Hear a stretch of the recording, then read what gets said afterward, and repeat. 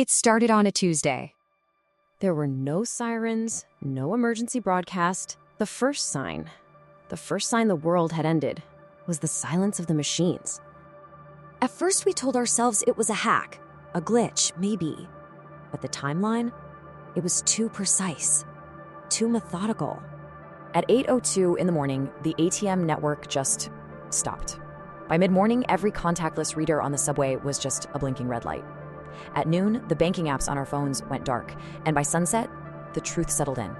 The money, it wasn't gone. The access was gone. This isn't a story I'm telling you. It's a record. The numbers were all there, back in 2025. The math was screaming at us. We just didn't listen. In fiscal year 2024, the United States government did something it had never done before in its entire history. It spent more money paying interest on its national debt than it spent on national defense. The world's greatest military power was spending more to service its past than to secure its future. The interest payments alone had crossed $880 billion per year. The debt was growing by $1 trillion every 100 days. It was a debt spiral. The central banks were caught. They had two choices: stop printing money and let the global economy completely crash, or print their way out of it and make your savings worthless. They chose the printing press. But they had one big problem. As long as physical cash existed, they couldn't fully control you. See, if they tried to impose something like negative interest rates, basically taxing you for saving your own money, you would just pull your cash out of the bank. Cash was a leak in their system. Cash was the escape hatch. So they had to get rid of it. The replacement, it was already being built, quietly, for years. Back in 2025, a report from the Atlantic Council showed that 134 countries, representing 98% of the entire global economy, were already working on central bank digital currencies. They called it the CBDC. They told us it was about efficiency. They talked about projects like Project Cedar at the New York Fed, claiming it could settle payments in 15 seconds. But under all the marketing, it wasn't money. It was surveillance code. The general manager of the Bank for International Settlements, a man named Augustin Carstens, he admitted it himself years before. He just said it out loud. He said, "We don't know who is using a $100 bill today. The key difference with the CBDC is the central bank will have absolute control. Absolute control." And it happened. People didn't fight for their cash. They were too busy tapping their phones. Then came what they called the stimulus experiment of the early 2030s.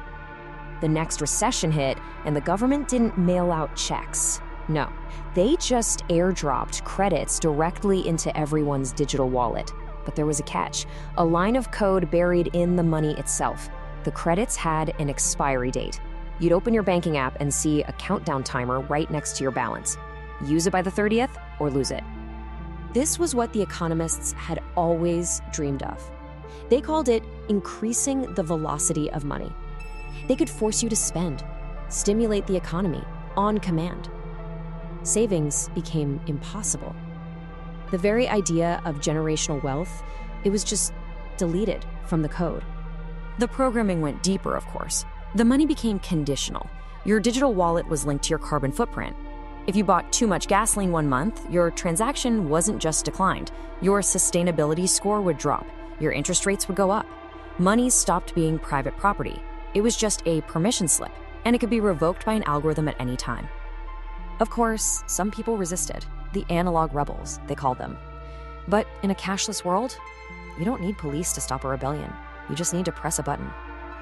We saw it with the debanking waves. Protesters would find their transit passes just deactivated. Journalists who wrote articles critical of the new monetary policy, their accounts would be frozen for security review. They couldn't buy food. Their access key was revoked. It was surgical. It was silent. A person could be completely erased from the economy in milliseconds. The risk of someone stealing it, that was the price we paid for the dignity of ownership. We traded that dignity away for convenience. We got rid of the bank robber, sure, but in its place, we invited the bank itself into our bedrooms, our conversations, our pockets. The death of cash, it wasn't an economic event. It was the end of privacy. And once privacy is gone, that is something that no amount of money, digital or physical, can ever buy back.